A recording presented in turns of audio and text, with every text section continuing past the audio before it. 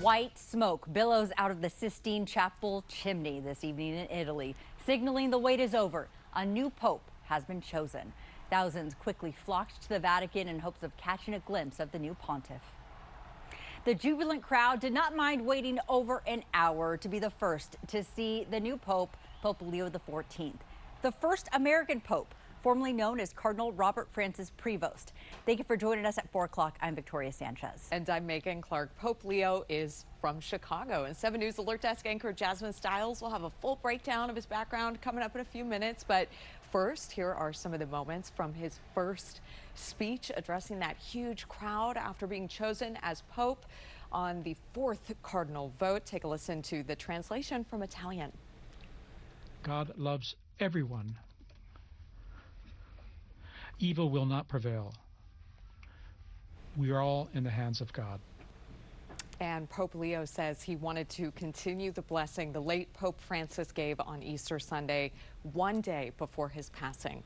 And the new American Pope thanks Francis. He says he envisions a, quote, missionary church, a church that builds bridges and dialogue, always ready to accept, end quote. And bunting draped the basilica in Northeast, and the church bells, you can hear them there ringing out as Pope Leo waved to crowds at the Vatican. And we are hearing from local Catholic community for the first time. Rebecca Turco is in Northeast with the celebration. Following this announcement, now Rebecca, an American Pope. This came as a surprise to many people. Yeah, it certainly did, but the folks here were so excited to hear that we're getting our first American Pope. A lot of excitement in the crowd, and at one point, the American flag unfurled at the basilica behind us. Let's watch that moment.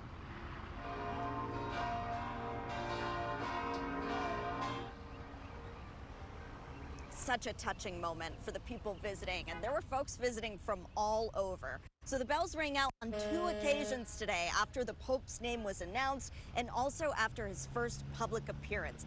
Dozens of people came out here earlier for the second ringing. One woman visiting from Alaska says this news made her heart jump. She says it made the priest at Mass earlier even literally jump for joy. I came for Mass at 12:10, and we didn't have the name of the Pope yet. But we were so excited that the priest told the congregation that we were there for Mass, Habemos Papa. He was jumping. He was so happy, but we didn't know the name. Now we know. And there's still people coming to the shrine here tonight, stopping at the basilica, taking pictures. And in the next few minutes, we're hoping to hear from the Monsignor. He's going to address members of the media. So we'll work to bring that to you for 5 o'clock. For now, reporting live in Northwest, Rebecca Turco, 7 News. A historic event. Rebecca, thank you. And Pope Leo's introduction has captured attention all over the world. But before today, not many people knew who he was. 7 News Alert Desk anchor Jasmine Stiles is gathering all the info right now. So Jasmine, catch us up on who this new Pope is, what we need to know. Interesting background. So before he became Pope Leo XIV, he was Cardinal Robert Prevost. The 69-year-old formerly led the Vatican office for bishop appointments. The Pope was born in Chicago and studied mathematics at Villanova University in Pennsylvania. He became ordained as a priest in 1982 and spent many years as a missionary in Peru. As Pope, many expect him to continue to build on the reforms of Pope Francis. Victoria? All right, thank you for that, Jasmine. Well, the election of Pope Leo XIV was seen by millions of Catholics from around the world. And joining us now is Michelle Bowe, who is the ambassador of the Order of Malta to Palestine. Michelle, thank you so much for chatting with us. If you can hear us okay, and just that reaction, your reaction to Pope Leo's introduction. What a huge celebration to have a pope, an American pope, but also a pope from the Americas. Just a new era, I think, that we're entering in the church after this Easter, when we had so many confirmations and baptisms of adults across the country. And I think that we are looking at a new focus for the church, a wider focus beyond Europe through the rest of the continents where we have so many faithful. Now, we were waiting to know who would be chosen, and then the second thing, what name would he pick? What's the significance of him choosing the name Leo?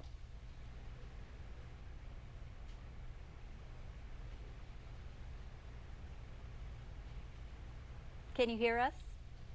I see him as a Latin and the vulnerable, for the poor and the forgotten, and those without a voice.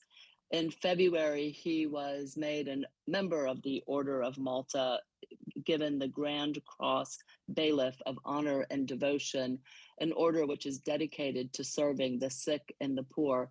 And I think that's what we're going to see from this papacy. We're going to see a missionary church who remembers the forgotten. And Michelle, you mentioned, that this is historic and that this is the first time there's been an American pope in the history of the papacy. Expand on what that means, the significance of that, what it means for Catholics and Catholicism, not just all over the world, but here in the U.S. I think it's just a wonderful step forward to remember the not just the American church, which is so faithful and growing by the day, but really the Church of the Americas. When we look at North, Central, and South America, we have such a long history and a huge number of Catholics. The church is alive and growing, and it is a new look for the papacy, for the Holy See, to have a different focus on the Americas rather than the traditional Italian and European view. Now, Michelle, while there are 1.4 billion Catholics in the world, there are many people, some of our viewers, who are not Catholic. What is the significance of this Pope, and what can we expect as a whole to see from him? I think everyone in the world can get behind this Pope. We need this voice of a lion to talk back to some of the things that we're seeing in this world. We need to get behind a Pope who will be caring for the poor and the forgotten from a missionary church. In a world of turbulence and conflict, we indeed need a lion to remind us of our basic human responsibility to care for the sick and the poor with the voice of reason, to be open and inclusive. I think this is a point of inflection for the church. And we remember that as Holy Father, as the Pope, he's not just the head of a church, a religious organization, but he's also a head of state. And this head of state has such a responsibility and a voice to speak to other world leaders, to come together and remember the human family and caring for those in areas of conflict and trying to bring ourselves together to look out for those without a voice. Michelle Bowe, Ambassador of the Order of Malta to Palestine. Michelle, thank you so much for joining us here on 7 News at 4 o'clock. Thank you. Well, President Trump celebrated the news of the first American Pope by posting on Truth Social. He said, quote, "Congratulations to Cardinal Robert Francis Prevost, who was just named Pope. It is such an honor to realize that he is the first American Pope. What excitement and what a great honor for our country. I look forward to meeting Pope Leo XIV. It will be a very meaningful moment," end quote.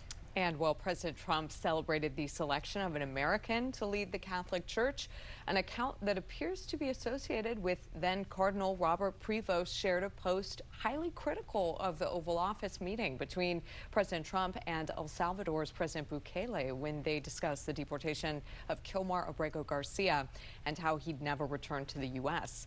Abrego Garcia illegally came to the U.S. but was allowed to stay, and the post was made before a lot of the reporting about Abrego Garcia's past was revealed. That account was also weighed in on immigration policy as a whole. In February, that same account shared an article directly questioning some of J.D. Vance's, that's the vice president, his comments on religion as well. And stay with 7 News for our continuing coverage online. Stories are across our homepage, including a very special alert at the top when you go to WJLA.com.